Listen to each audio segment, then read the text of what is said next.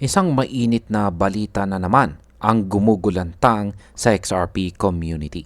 Habang tumataas at bumababa ang presyo ng XRP nitong mga nakaraang araw, isang kilalang crypto trader na si Link ang biglang gumawa ng matinding hakbang. Isang $500,000 na short position ang kanyang binuksan laban kay XRP. At ang kanyang layunin, kumita ng halos $3 million kung tama ang kanyang prediction na babagsak pa ang presyo ni XRP. Pero teka, makatotohanan ba ito? O baka naman isa lang itong mapanling lang na galaw para maapektuhan ang sentiment ng market? Kaya yan po ang siyang ating pag-uusapan sa video na ito. Pero bago po tayo magpatuloy ay pakibasa na lamang po muna ang disclaimer dito po sa ibaba ng ating screen. Yan, bakit nga ba may mga trader na gustong i-short itong si XRP?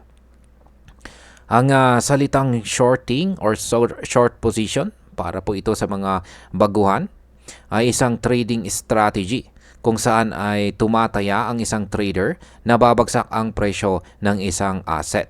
Sa madaling salita ay gusto po ng trader na bumaba ang presyo para kumita. Yan.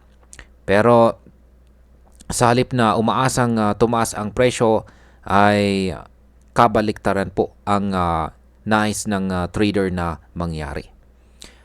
Yan, yung kapag short ay pababa, yan, in short, yan, kapag bumabagsak ang presyo ay kumikita ka kapag naka-short ka. Pero kung bigla ay itong tumaas ay syempre natatalo ka. Yan, ganyan lamang po yung mas simpleng paliwanag.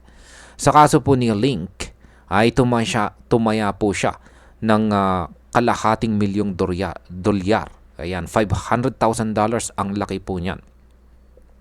Ayon sa kanya, tapos na raw ang bull run ni XRP at mas malaki ang posibilidad na bumagsak ito kaysa sa tumaas. Kung tama ang kanyang prediction, maaaring kumita po siya ng hanggang $3 million. Pero kung umangat po ulit si XRP papunta sa kanyang swing high na $3.65, malalagay po sa panganib ang kanyang position at posibleng malugi po siya ng todo. Paano naman? Paano po umabot sa puntong ito ang presyo ni XRP? Sa nakaraang 24 hours ay muntik na pong bumaba si XRP sa presyong $3. Mula po sa presyong $3.16 ay bumagsak ito sa $3.01. Pero agad namang bumawi at bahagyang umakyat muli sa presyong $3.13. Ang volatility o pabago-bagong presyo na ito ang siyang sinasamantala ng mga traders tulad ni Link. Pero hindi lang si Link ang tumaya laban kay XRP. May ibang trader din na tumaya ng mas malaki at kumita ng mas malaki.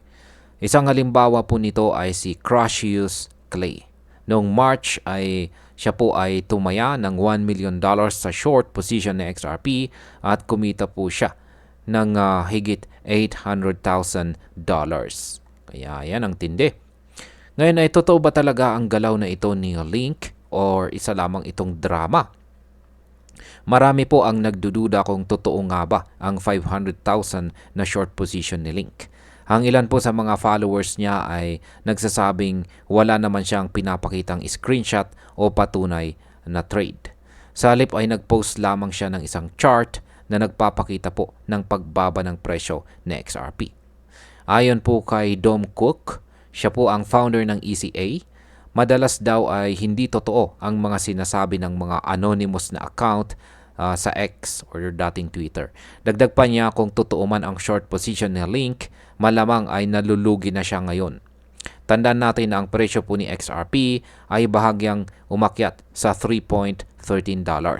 Kung pumasok po siya sa short noong $3 ay nalulugi na agad siya.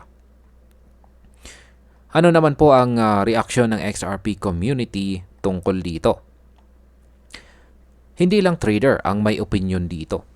Pati ang XRP army ay may kanya-kanyang reaksyon. Ang iba ay nagsasabing fake as usual ang post ni Link. May ilan namang nagsasabing wrong move daw ito. Ayon kay SJ Love, isa pang crypto community member, mali raw ang tumaya laban sa 25% na rebound potential ng XRP. Para sa kanya ay mas matalinong hakbang sana kung nag-long position itong si Link imbes na short position. May iba rin na nagsasabi na dapat ay kunin na ni Link ang maliit na profit habang meron pa kaysa hintayin pa ang $3 million na kanyang target na baka hindi na mangyari. Ngayon ay may posibilidad ba na maulit ang tagumpay ni Cassius Clay? Ayan, sapagkat noong March ay napagtagumpayan po ni Cassius Clay ang kanyang $1 million na short trade kay XRP. Pero alalahanin natin na ibang market condition ang meron noon. Ngayon ay nagbabago na po ang galaw ni XRP. May mga bagong investors, bagong partnerships, at mas active na community. Iba na rin ang momentum ni XRP ngayon kumpara noon. Bagamat si Clay ay nananatiling bearish o negatibo ang pananaw sa hinaharap ni XRP, hindi na po siya nagbukas ng panibagong short position. Ito ay maaring sinyalis na hindi siya sigurado sa kasalukuyang galaw ng market. At ayan, para po sa atin bilang mga Pinoy crypto enthusiast dito sa Pilipinas ay mahalagang maunawaan po natin ang epekto ng ganitong malalaking galaw sa market. Una, ang mga ganitong balita ay maaari po kasing maka-impluwensya sa sentiment ng ibang mga traders. Kapag may narinig po tayong malaking trader na nag-short, ang ilan sa atin ay maaring matakot at magbenta ng ating holdings. Pangalawa, dapat po nating tandaan na hindi dahil malaki ang pera ng isang trader ay tama na agad ang kanyang galaw. Dapat po tayo mag-ingat sa pagsunod sa hype. Maganda po na magbasa, makinig, at mag-observe. Pero sa huli, sariling analysis pa rin ang siyang pinakamahalaga para sa atin. Pangatlo ay huwag po tayong basta-basta magpapadala sa mga post na wala pong ebidensya. Marami sa mga ito ay para lang sa pansariling pakinabang o clout. Dito po pumapasok ang kahalagahan ng risk management at sariling due diligence. Yan, bilang panghuli, para po sa akin ay risky masyado ang galaw ni Link. Lalo na kung wala po siyang sapat na analysis para patunayan ang kanyang paniniwala. Ang crypto market po ay napakabilis magbago at isang maling galaw lamang ay maari pong magdulot ng malaking pagkalugi. Kung totoo man ang kanyang short position, sana ay handa rin siyang harapin ang posibilidad ng pagkatalo. Sa kabilang banda, ang community po ni XRP ay matibay at saka active.